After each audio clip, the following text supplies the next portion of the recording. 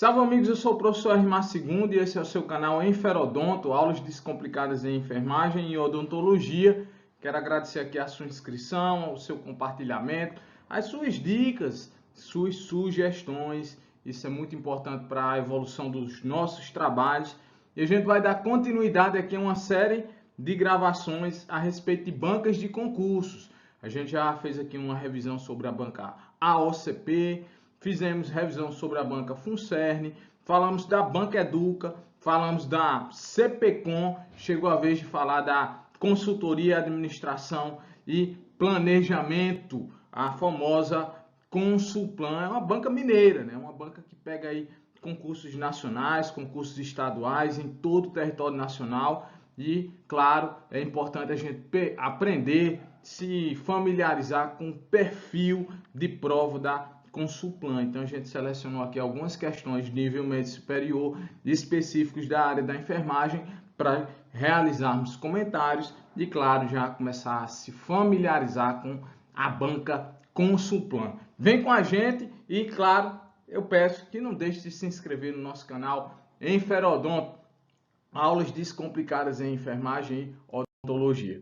A Consulplan ela vem trabalhando, né, no cenário de concursos públicos desde 1996 e aí ela, conforme as informações da empresa, já aplicou mais de 15 milhões de provas em candidatos de municípios de todo o país, né? Então é uma das grandes organizadoras a trabalhar com órgãos de prefeituras, câmaras, conselhos, governos estaduais e também organização na esfera nacional. Então, a Consultoria, Planejamento e Administração Pública tem sede lá no estado de Minas Gerais. Vamos lá, vamos agora conhecer um pouquinho justamente aí das questões, perfil de banca, né? Perfil de questões na área da enfermagem específica, nível médio superior, da banca Consulplan.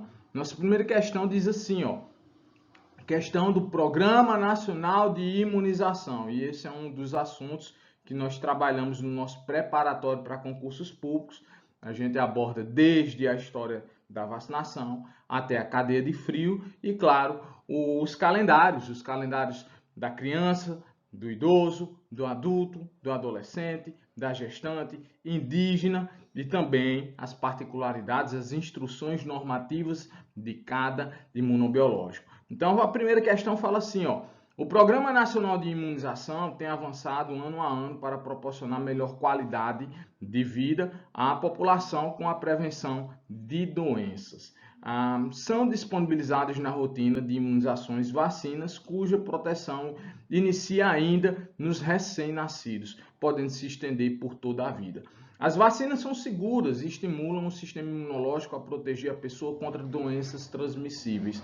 O objetivo principal do programa é oferecer todas as vacinas com qualidade a todas as crianças que nascem anualmente em nosso país, tentando alcançar coberturas de 100% de forma homogênea em todos os municípios e em todos os bairros.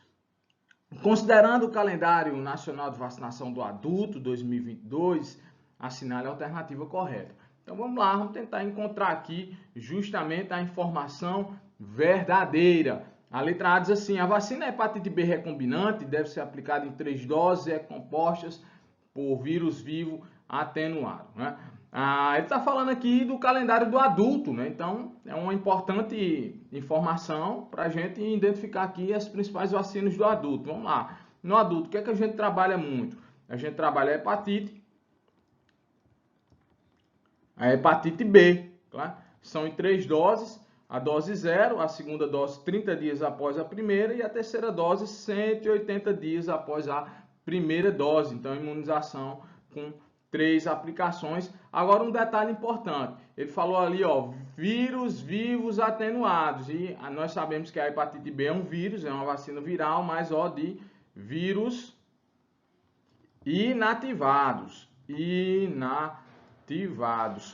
Por isso que a hepatite B também faz parte do calendário vacinal da gestante, né? Então, gestantes e pessoas imunossuprimidas não poderão receber a vacina com componentes vivos atenuados. Outra vacina muito destacada aqui no calendário do adulto é justamente a DT, né, o toxoide diftérico, toxoide tetânico. Nós também temos imunização em 3 doses, com intervalo mínimo de 30 dias para cada dose, o recomendado é de 60 dias.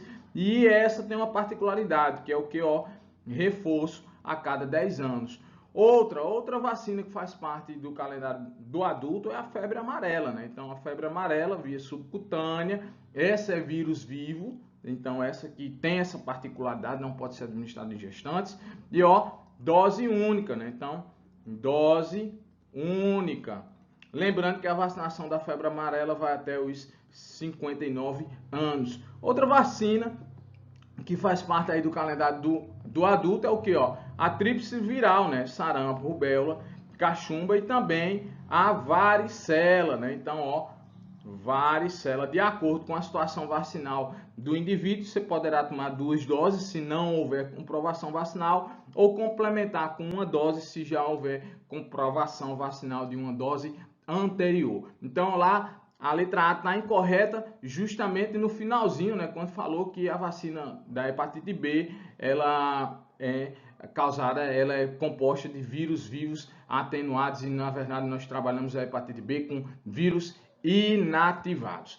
A letra B diz assim, a vacina pneumocócica 23, valente, a famosa pneumo 23, está indicada para pessoas a partir de 50 anos de idade. Não é 50 anos, e sim 60 anos, principalmente idosos institucionalizados, acamados, com doenças crônicas. Então, essa é a indicação da pneumo 23. A letra C fala assim, segundo, a vacina contra a difteria, tétano deve ser aplicada em 3 doses, de acordo com a situação vacinal, e não necessita de reforço. Foi o que a gente acabou de destacar aqui no comentário da DT, né? Então, ela sim tem um reforço a cada, tá aqui, a cada 10 anos, tá?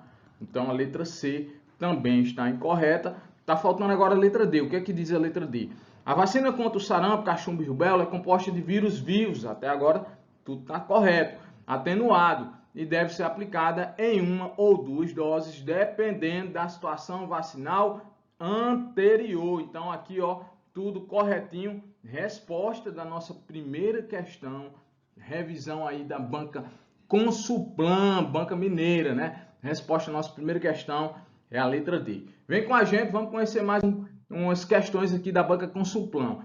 A nossa segunda questão fala assim, durante visita domiciliar, junto com a equipe médica, a um paciente acamado e em uso de sonda nasoenteral para alimentação, foi identificado que ele apresentava sinais de desidratação, sendo prescrito pelo médico 1,25 litros. Vou colocar aqui, prescrição médica, 1,25 litros de soro fisiológico. Soro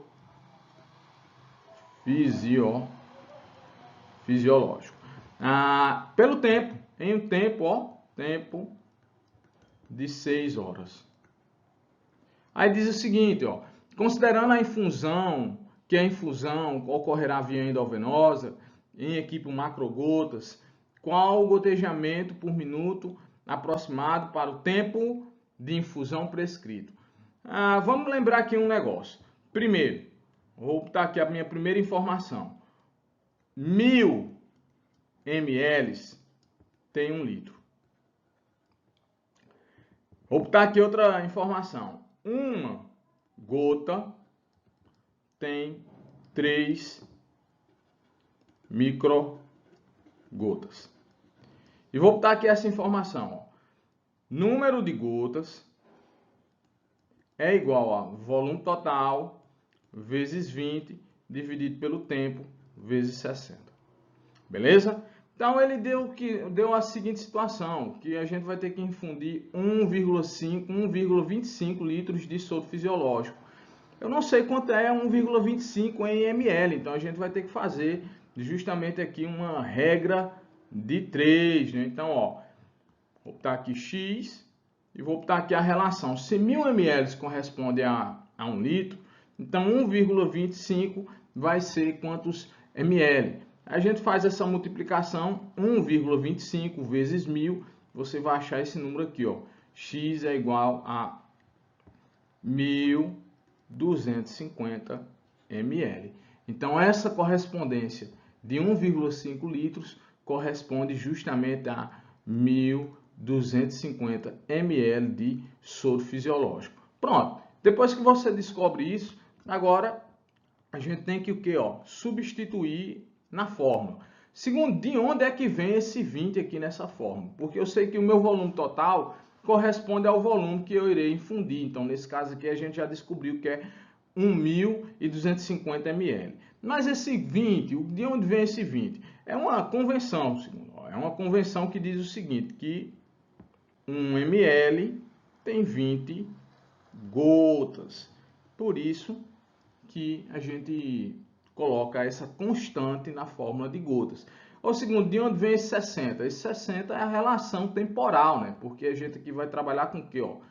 Gotas por minuto. Então, você tem aqui 6 horas de tempo de infusão, mas essas 6 horas corresponderão a quantos minutos? Então, esse 60 vem justamente para essa relação temporal. Vamos substituir agora as informações que nós temos. Número de gotas, vou botar aqui, é igual a volume total, 1.250 vezes 20, dividido pelo tempo, vezes 60. Se você fizer uma simplificação de frações, a gente vai dividir isso aqui por 20. Dividindo isso aqui por 20, a gente vai ter a seguinte situação, número de gotas é igual a 1.250 vezes 1, 20 dividido por 20 dá 1, vezes 6 vezes 20 dividido por 60 vai dar o quê? 3, né? Então, vezes 3. Vai ficar aqui, 1.250 dividido por 3 vezes 6 é igual a 18, né? Então, você vai fazer essa divisão aqui e você vai achar essa fração, 69,4 gotas por minuto. Quando você acha essa fração, uma coisa que a gente vai fazer uma observação. Quando nós estamos trabalhando com casas decimais, a tendência das questões é trazer o quê? Números arredondados. Até porque se você for colocar no contexto prático, você não vai contar 64 ou 65,4 gotas ou 69,4 gotas. Você vai trabalhar com um número inteiro. Também isso vai acontecer lá na bomba de infusão. Então, convenciona-se fazer o arredondamento. Todas as casas que estão abaixo da fração 5, a gente arredonda para o número inteiro mais próximo. Então, nesse caso, nós iremos arredondar esse número para 69. Se aqui, digamos, fosse 69,7, 69,8, então a gente arredondaria para um número subsequente, ou seja, 70 gotas por minuto. Então, nessa situação, a banca considerou o arredondamento e aí a gente tem como resposta final a letra C, né? 69 gotas por minuto. E essa aí foi a nossa segunda questão com revisão de cálculo de dosagens, e lá no nosso preparatório para concursos públicos a gente tem aula especial só de cálculo de dosagens. Vem com a gente, vamos a mais uma questão. A nossa terceira questão fala justamente sobre legislação do SUS, né? Então é um assunto que a gente destaca aí em todas as provas de concurso. Temos que estar afiado com a legislação do SUS e a gente começa estudando a evolução das políticas públicas de saúde do Brasil, o SUS na Constituição, a Lei 8080/90, a Lei 8142/90 e, claro, as políticas, né? Política de saúde do homem, política de saúde da mulher, política nacional de humanização, promoção da saúde, segurança do paciente. Então, tem toda uma série de conteúdos que, claro, compõe ali o Sistema Único de Saúde. E a nossa terceira questão diz assim, as legislações que regem o SUS estabelecem diretrizes claras para a universalidade, integralidade, equidade e participação social, fornecendo um arcabouço legal que orienta a operação do sistema em todo o país. Além disso, asseguram a descentralização das responsabilidades e recursos, permitem a adaptação às necessidades locais e promovem a gestão participativa. A Lei 8.080, de 1990, e a Lei 8.142, também de 1990, são marcos legais essenciais para a organização do Sistema Único de Saúde no Brasil.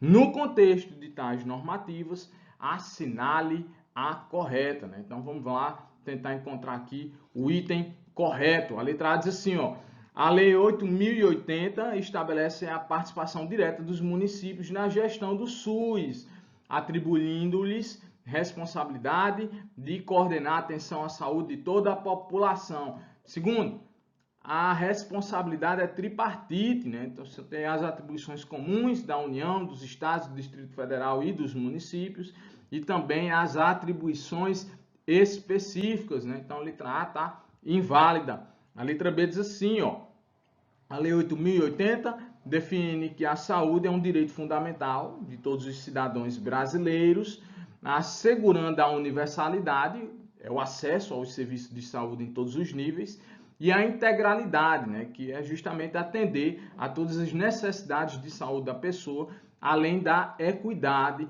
no acesso aos serviços de saúde, né? Então está corretinho, né? A Lei 8080/90 ele diz o quê? Que a saúde é um direito fundamental, cabendo ao Estado dispor das condições indispensáveis ao seu pleno exercício. Já a Constituição de 1988, no seu artigo 196, define a saúde como direito de todos e dever do Estado. Então, ó, terceira questão, até então a resposta é a letra B. Vamos analisar aqui os outros itens. A letra C diz assim, ó: a Lei 8.142 de 1990, essa lei fala sobre a criação dos conselhos e também das conferências de saúde que em si trabalham a participação da comunidade e o controle social. Então ele diz aqui na letra C: a Lei 8.142 estabelece que os conselhos de saúde são compostos apenas por profissionais de saúde. Está falso, por quê? Porque o conselho de saúde ele é composto de quem? 50% de usuários, outros 25% de profissionais da saúde e os outros 25% eles vão compreender prestadores de serviços do SUS e, claro, o governo, né? Então a administração, seja ela na estadual, municipal ou nacional, federal. Então uma particularidade, a participação dos usuários é chamada de paritária, ou seja, só os usuários, o componente dos usuários por si só representa 50% das vagas presentes naquele conselho de saúde para sua composição. Então ele está dizendo aqui na letra C que os conselhos eles são formados apenas por profissionais de saúde e isso está incorreto. E a letra D, ele volta a dizer o seguinte: a Lei 8.142 regulamenta o financiamento do SUS, determinando que 100% dos recursos destinados à saúde sejam provenientes do orçamento federal, excluindo, assim, qualquer participação dos estados e municípios na alocação dos recursos. Na verdade, está falso, né? Os estados, eles percentualmente contribuem com 12% da arrecadação dos seus impostos para a área da saúde, ao passo que a União e os municípios, eles trabalham com a importância de 15% da arrecadação dos impostos. Então, a letra D também está incorreta. Então, resposta de fato da nossa terceira questão de revisão da Banca Consulplan é a letra B. Vamos a mais quarta questão. A quarta questão fala de sistemas de informação em saúde, né? O famoso SIS. Então você tem ali vários sistemas de informação em saúde. Você tem o sistema de informação da atenção básica, que é o famoso SISAB. Você tem o sistema de informação de mortalidade, você tem o sistema de informação ambulatorial, você tem o sistema de informação hospitalar, Você tem o sistema de informação de agravos de notificação, né? As doenças compulsórias aí, o SINAM. Então, eles são importantes porque coletam informações, essas informações serão avaliadas, estudadas, compreendidas, e isso gera o que, ó? Informação. Essa informação permite que se estabeleça um diagnóstico situacional. E esse diagnóstico ele orienta justamente o que, ó? O planejamento estratégico e as decisões administrativas. Então, sistemas de informação em saúde são importantíssimos e nós temos uma aula especial sobre sistemas de informação em saúde no nosso preparatório para concursos públicos. E a quarta questão, ela fala assim, ó: sistemas de informação em saúde, estruturas organizadas de coleta, processamento, armazenamento e disseminação de dados e informações relacionadas à saúde abrangem uma ampla gama de tecnologias e processos que ajudam na gestão, monitoramento e tomada de decisões no campo da saúde. Fornecem uma base sólida para o planejamento, implementação e avaliação da política de saúde, além de auxiliar na melhoria da qualidade dos cuidados e na resposta a emergências de saúde pública. Sobre os sistemas de informação, assinale a alternativa correta, letra A, diz assim, ó: são restritos apenas a hospitais e clínicas, né? Gente, está falso. Você tem aqui, por exemplo, o sistema de informação da atenção básica que trabalha com a atenção primária à saúde e é um sistema que coleta informações da rede pública de saúde, né? A letra B diz assim, ó: a sua principal função é armazenar os registros médicos individuais dos pacientes. Aí seria o que? Um prontuário eletrônico, né? Um banco de dados de prontuário eletrônico. Aí ele ainda diz assim, garantindo a confidencialidade de suas informações de saúde. Isso também tá falso. A letra C diz assim: são exclusivamente utilizados para manter registros financeiros e administrativos de instituições de saúde, não tendo relevância para assistência direta dos pacientes. Ó, vou dar um exemplo prático aqui: o sistema de informação de mortalidade, que registra os óbitos, do sistema de informação de agravos de notificação, que registra as doenças de notificação compulsória, o sistema de informação ambulatorial, que registra os procedimentos. Nesses procedimentos entra consultas médicas, de enfermagem, assistência, administração de medicamentos e por aí vai, né? Então está incorreto, né? E a letra D, o que é que diz a letra D? Um dos seus principais objetivos é colocar e analisar, aliás, coletar e analisar informações demográficas, epidemiológicas, de saúde, auxiliando na tomada de decisões e no planejamento de políticas de saúde, né? Então, ó, ele resumiu aí o conceito do sistema de informação em saúde, né? Então, resposta da nossa quarta questão, de fato, sendo que a alternativa correta é a letra D. Vamos a mais uma questão. Vamos à nossa quinta questão agora da nossa revisão da banca Consulplan. A quinta questão diz assim: os determinantes sociais de saúde são fatores e condições ligados ao ambiente social, econômico e cultural em que as pessoas vivem, exercendo influências significativas sobre a saúde e o bem-estar.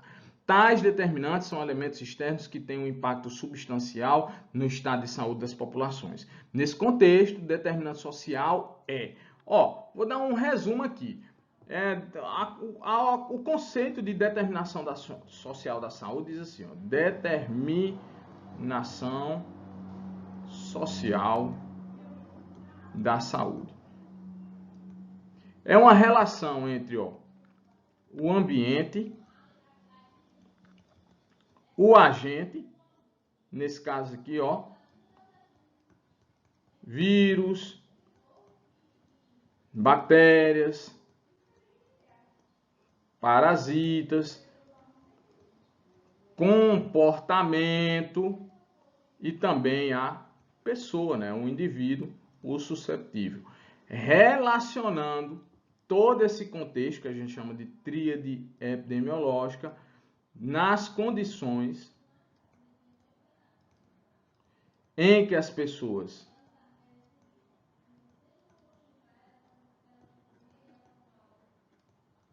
vivem e trabalham. Então, ó, seu modo de viver e seu modo de trabalhar, eles influenciam diretamente na sua condição de saúde. Desde as relações humanas, como você ter contato social, uma rede de apoio, desde o acesso à moradia, à alimentação saudável, a trabalho, ao gozo dos bens materiais que a vida em sociedade permite. Tudo isso está relacionado à determinação social do trabalho. E se você quiser aprofundar esse assunto, a gente tem aula aqui no nosso canal Enferodonto. Você vai procurar lá a aula da história natural da doença, que a gente vai falar dos níveis de intervenção lá nos condicionantes de saúde e determinação social. E aqui a questão fala sobre isso aí, ó. Nesse contexto de determinação social da saúde, então provavelmente aqui é a resposta correta, né? Diz assim, ó, o determinante social da saúde é a qualidade do atendimento médico em um hospital que influencia significativamente o estado de saúde? Não, né, gente? A quantidade diária de exercício físico por uma pessoa como único determinante social de saúde que tem impacto real sobre o bem-estar geral também está incorreto, né? A letra C diz assim, ó, o nível socioeconômico de um indivíduo inclui fatores como renda, educação, ocupação e que desempenha um papel crucial como determinante social da saúde, né? Então essa relação econômica, essa relação social das pessoas com a sua saúde está, ó, verdadeiro, né? Então a resposta da nossa quinta questão é a letra C.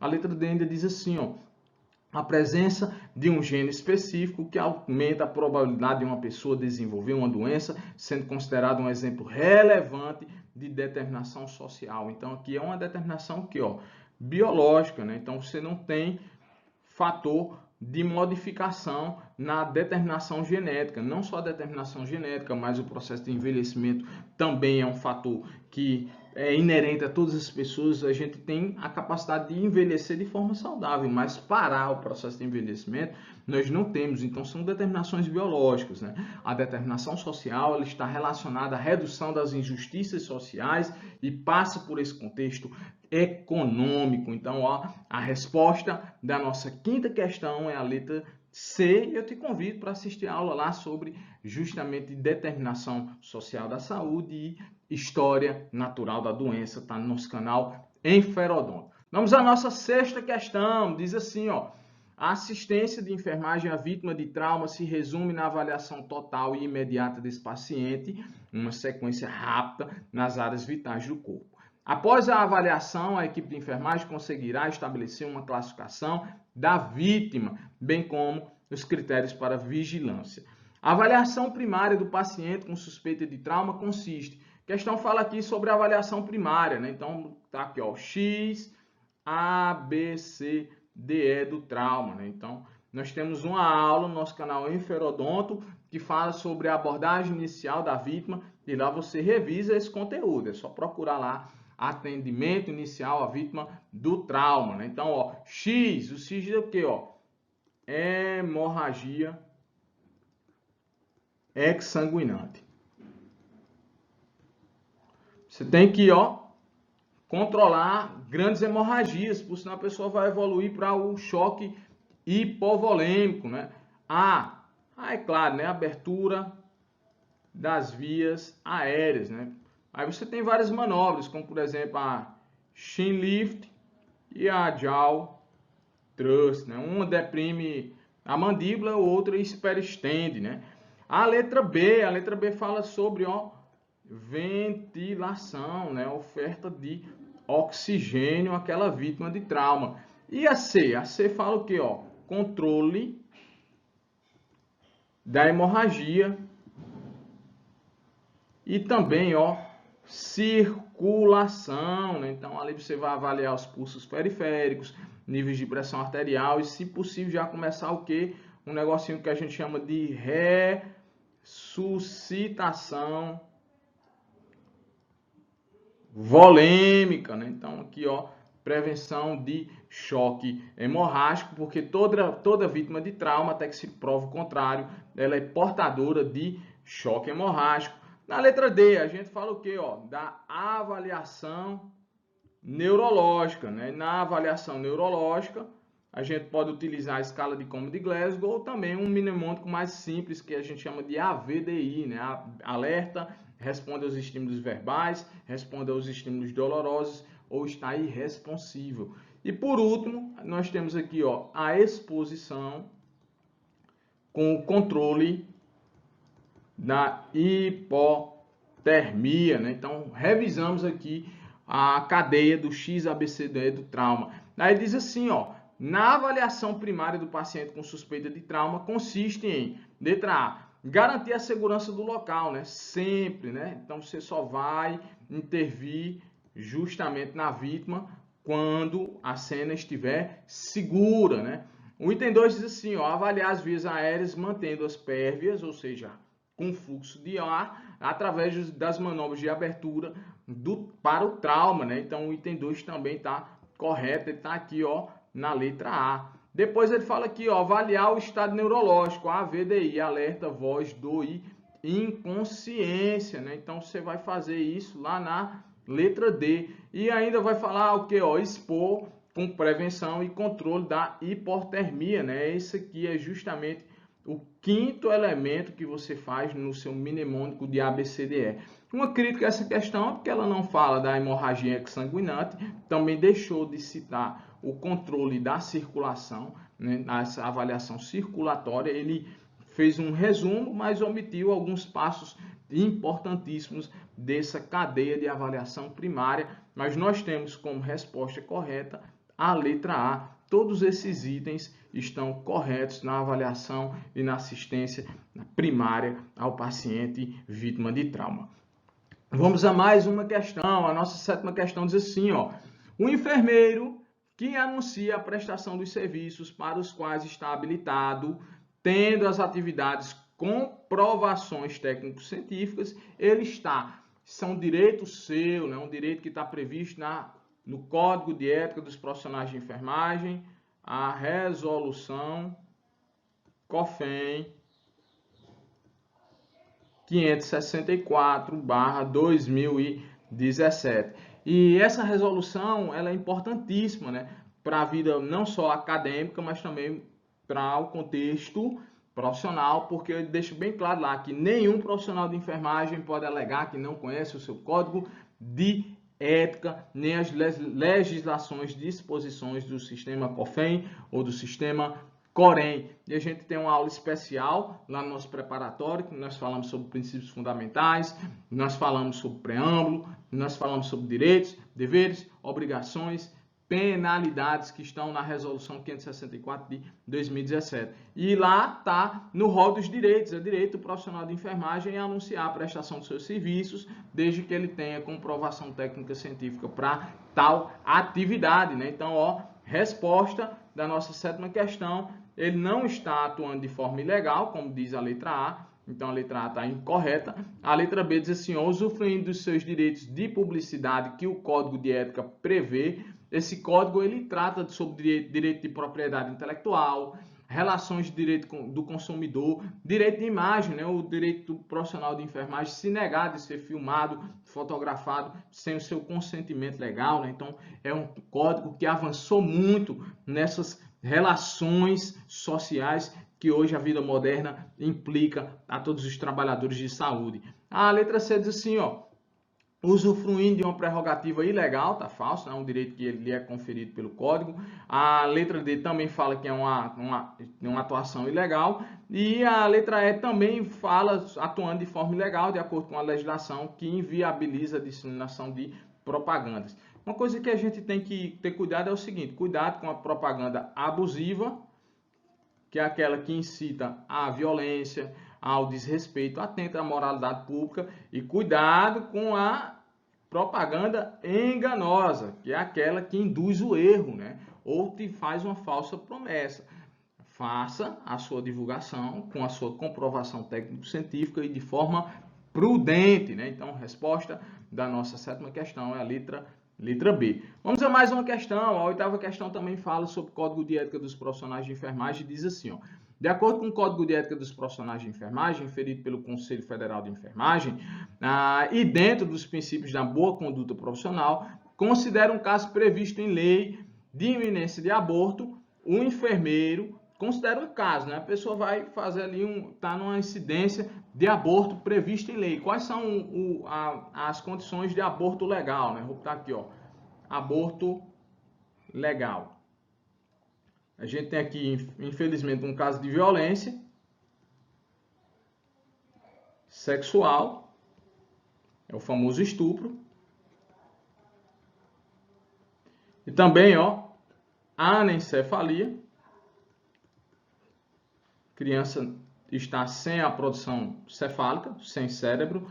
E também, ó, risco de morte materna.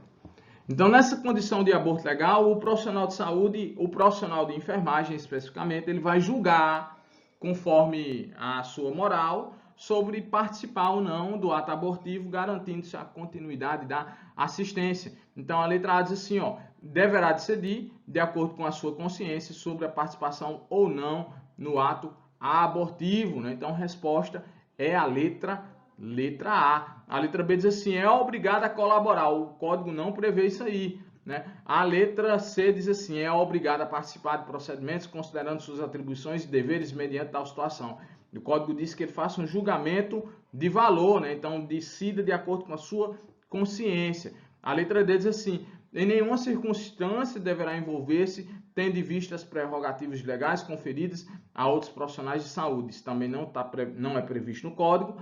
E a letra E diz assim, não deverá colaborar, pois a lei isenta a participação dos enfermeiros e outros profissionais em casos legalizados de ato abortivo, priorizando apenas a equipe médica. Também tá falso. Não só o aborto, mas o profissional de enfermagem ele não vai participar de nenhuma prática destinada a antecipar a vida, né? Perdão, a morte, né? Então, aí ele faz a ressalva do aborto legalizado nessa situação. Ele vai fazer, conforme a sua consciência, uma decisão de participar ou não do ato abortivo. Então, a resposta da oitava questão é a letra A. Vamos a mais uma questão. A nossa nona questão diz assim, ó. A saúde é um direito fundamental do ser humano, devendo o Estado prover as condições indispensáveis ao seu pleno exercício. De onde ele tirou essa definição? Da Lei 8.080/90, a famosa Lei Orgânica da Saúde. E você tem revisão da Lei 8080/90 aqui no nosso Enferodonto. Mas lá no nosso preparatório para concursos públicos, nós trabalhamos as atualizações de 2022, 2023, como por exemplo, assistência toxicológica, como por exemplo, a saúde bucal, que entraram aqui nas informações da Lei 8.080. Ele fala assim, ó, sobre os deveres do Estado, analise as afirmativas a seguir. Vamos lá. Formular e executar políticas econômicas sociais que impeçam as pessoas de ficarem doentes. Não, né? As políticas econômicas e sociais, elas visam a redução das doenças e de outros agravos e também a assistência às pessoas, mas não que impeçam que as pessoas fiquem doentes. Isso aí é um nível preventivo de saúde, não curativista, né? Então, o item 1 está falso. O item 2 diz assim, ó, formular e executar políticas econômicas que visem a redução de doenças e de outros agravos e estabelecer as condições do acesso universal e igualitário às ações e serviços para sua promoção, proteção e recuperação. Então, o item 2, ele está verdadeiro, né? Então, vou deixar aqui, ó, verdade.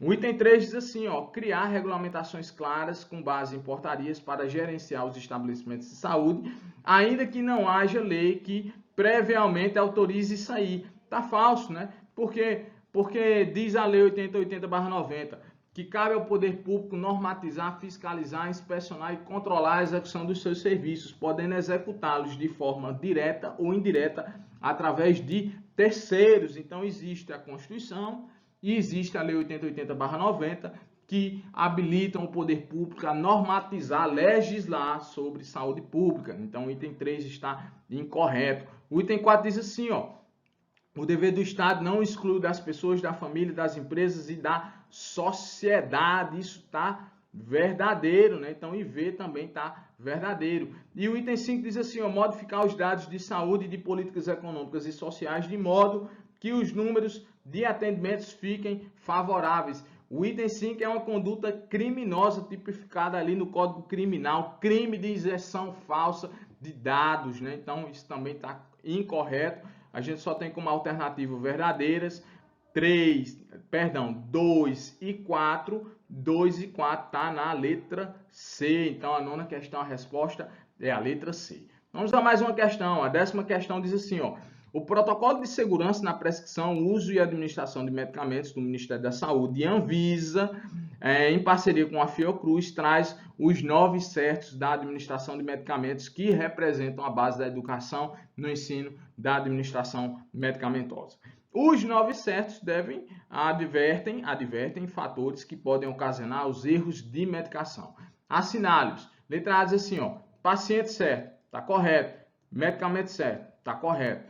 Via certa, está correto. Hora certa, está correto. E dose certa. Tudo isso aqui, gente, a gente chamava anteriormente de 5 certos da administração segura de medicamento. Aí entrou o quê? Ó? Registro certo, orientação certa, forma farmacêutica certa e resposta certa, né? Então, ó, resposta certa da nossa 10ª questão é a letra A. Essa é o protocolo de administração segura de medicamentos estabelecidos pela Agência Nacional de Vigilância Sanitária. Muitas literaturas ainda vão trabalhar com esses 5 certos da administração segura de medicamentos. Isso também vai ajudar você a resolver esse tipo de prova, esse tipo de questão. A letra B fala aqui, ó, paciente certo, medicamento certo, hora certa, via certa, anotação certa, ação certa, orientação ao paciente.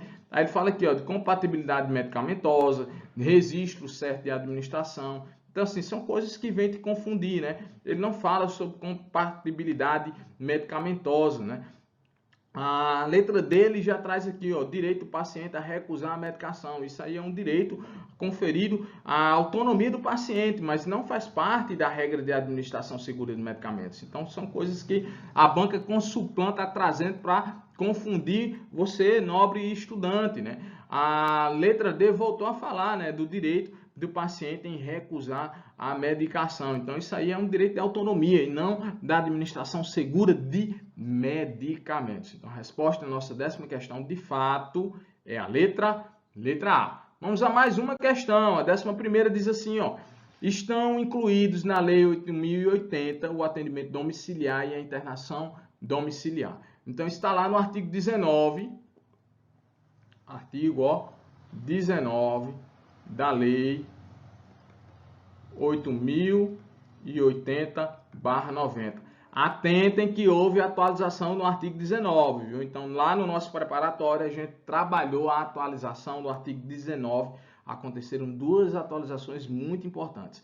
No contexto da atenção domiciliar, não alterou muito, não. Está previsto o atendimento e a internação domiciliar por equipes multiprofissionais que vão trabalhar no regime de reabilitação, promoção, prevenção, assistência terapêutica integral e, claro, por mediante indicação médica e consentimento da família ou do paciente. Aí diz assim, ó, tendo como objetivo o cuidado integral dos pacientes em seu domicílio, são previstos nessas modalidades de atendimento os procedimentos.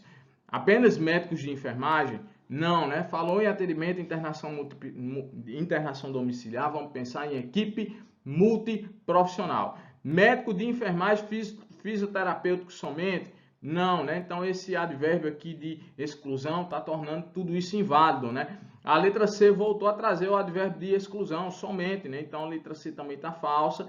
Aí aqui a gente tem, ó, fisioterapêuticos, psicólogos, assistência social, inclusive, além de outros profissionais, né? Porque é uma equipe multiprofissional, com médicos, enfermeiros e por aí vai, né? Então, ó, a resposta é a letra D, né? Então, cuidado com esses advérbios de exclusão. Vamos a mais uma questão. 12ª diz assim, ó, considerando a Lei 7.498, que regulamenta o exercício profissional de enfermagem, relaciona adequadamente as colunas a seguir. Então, a gente tem aula aqui no nosso Inferodonto e também tem uma aula bem mastigada no nosso preparatório para concursos públicos sobre não só a Lei do Exercício Profissional, mas também o Decreto Regulamentatório 94.406 de 1987, né, de 87, que regulamenta aí a Lei 7.498. Aqui ela fala sobre atribuições privativas e também não privativas de enfermeiro. A execução do parto, né? A execução do parto, ela não é uma atividade privativa de enfermeiro, né? Você tem parteira, você tem outros profissionais de saúde, como médico, obstetra, que poderão realizar essa atividade. A realização de classificação de risco e priorização da assistência, né? E isso sim é uma atividade privativa do enfermeiro, inclusive nós temos aula aqui da resolução do Conselho Federal de Enfermagem de classificação de risco. Então, você procura aqui no nosso Inferodonto a resolução da classificação de risco, que é inerente a uma atividade privativa do enfermeiro, né? Então, a triagem e a priorização do atendimento. Cuidados diretos de enfermagem a pacientes graves com risco de vida, isso advém aqui justamente da Lei 7.498, também é uma atividade privativa do enfermeiro. A participação na elaboração e execução e avaliação dos planos assistenciais. Então, ó, quando fala em plano assistencial, você está pensando numa coisa global. Então, outros profissionais irão participar. Se fosse planos assistenciais de enfermagem, aí seria sim uma atividade privativa do enfermeiro. Então, não é uma atividade privativa. Por enquanto, a gente tem 2, 1, 1, 2. E aqui, ó, prevenção e controle sistemático dos danos que possam ser causados à clientela durante a assistência de enfermagem. Isso aqui não é uma atividade só do enfermeiro. Todo profissional de enfermagem vai trabalhar com a prevenção de danos, né? Então, você tem aqui a sequência 2, 1, 1, 2, 2. Resposta da nossa 12ª questão é a letra D. Vamos a mais uma questão. A 13ª diz assim, ó. O Código de Ética do Profissional de Enfermagem visa orientar o exercício de determinada profissão, a partir de padrões de condutas que representam o que se espera de uma determinada classe profissional, objetivando fornecer subsídios para agir e o pensar do profissional, provendo informações que visam a sua promoção, categoria e todas que dela dependem. No contexto da enfermagem, o Código de Ética dos Profissionais estabelece também as infrações e penalidades que devem ser imputadas a todos que não cumprirem os preceitos éticos e legais no âmbito de sua atuação profissional. Sobre as infrações éticas e disciplinares tratadas nesse código, assinale a alternativa correta. Então aqui, lembre-se de 3 coisas. Você responde pelo seu ato, aquilo que você pratica, pela sua omissão, o que você deixa de fazer, e pela sua conivência, né, que você permite que outra pessoa faça. Conivência, permitir que outra pessoa faça. Se analisa o ato, se analisa o fato e se analisa as circunstâncias, né? O contexto geral. E aí a gente tem infrações leves, nós temos infrações moderadas, nós temos infrações graves e nós temos as infrações gravíssimas, né? Então, muito importante isso aí. Aí diz o seguinte, ó, sobre as infrações éticas e disciplinares tratadas neste código, a resolução 564 de 2017, assinale a afirmativa correta. A letra A diz assim: a definição da gravidade da infração baseia-se na análise de 2 fatores, dos fatos e dos atos praticados. Faltou também o que, ó?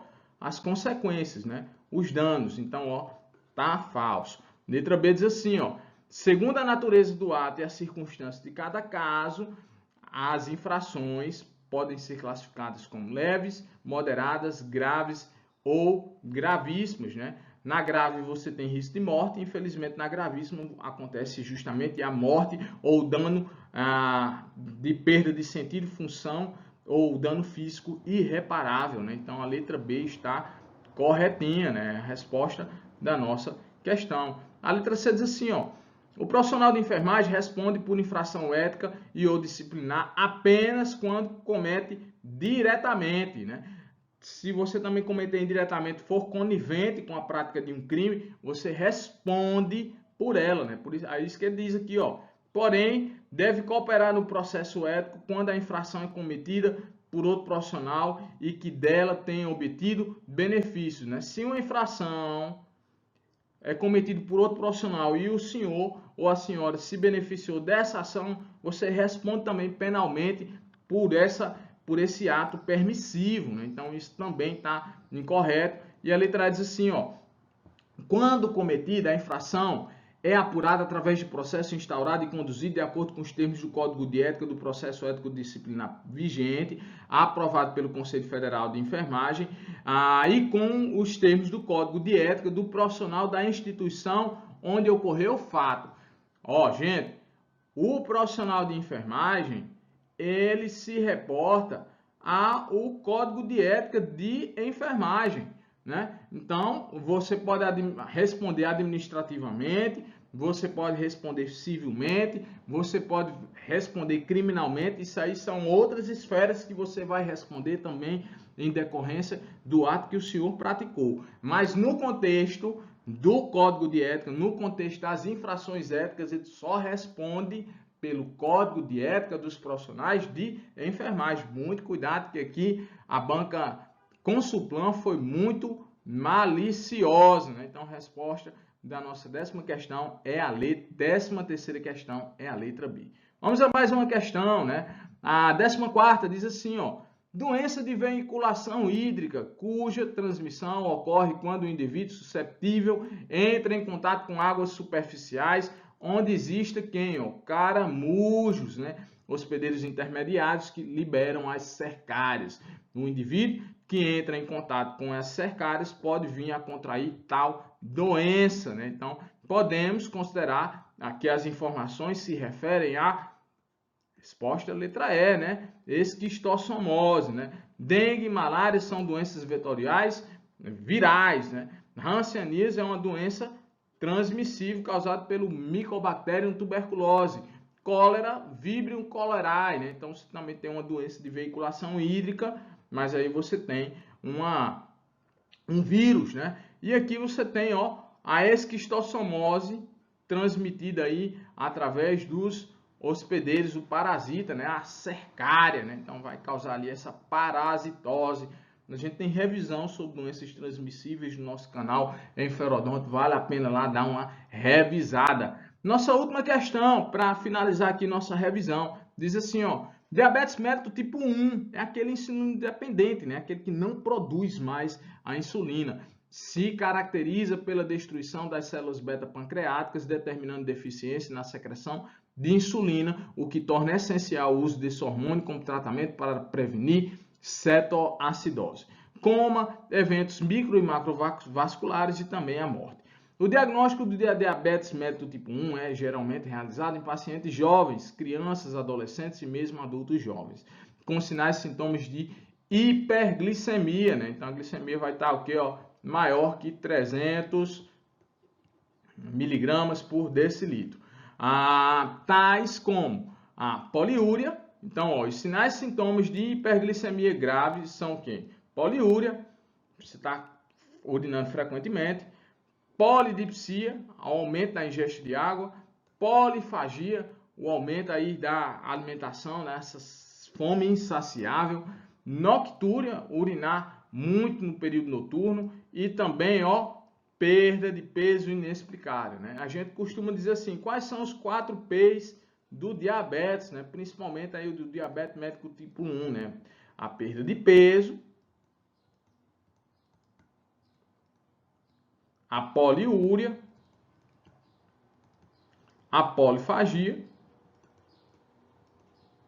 e a polidipsia. E a resposta da nossa 15ª questão é a letra A. E lá no nosso preparatório para concursos públicos, nós passamos toda a diretriz brasileira de 2022 sobre rastreamento e tratamento do diabetes, né? Falamos sobre diabetes insulino dependente, diabetes 2, diabetes gestacional, o diabetes latente e autoimune, né? Você tem ali o diabetes também latente autoimune, né? Então falamos sobre interações medicamentosas, insulinoterapia e muitas outras coisas. E eu te convido, se você quiser conhecer o nosso preparatório para concursos públicos na área da enfermagem, nível médio superior. A gente encerra aqui essa super revisão sobre a banca Consulplan, banca mineira, né? Aqui está o nosso slogan do nosso preparatório. Você pode entrar em contato com a gente através do 999273210, também pelo nosso e-mail, rma2@gmail.com. E a gente pede, se você gostou desse vídeo, que não deixe de se inscrever no nosso canal Enferodonto, aulas descomplicadas em enfermagem e odontologia. Um forte abraço e bom estudo, bons estudos a todos e a todas, né? Forte abraço. E aí, galera, se você gostou do vídeo, então não deixa de se inscrever no canal, ativar o sininho, deixar seu like, seus comentários. Isso vai ajudar bastante a nós do canal trabalharmos para mais conteúdos em Enferodonto com vocês, aulas descomplicadas.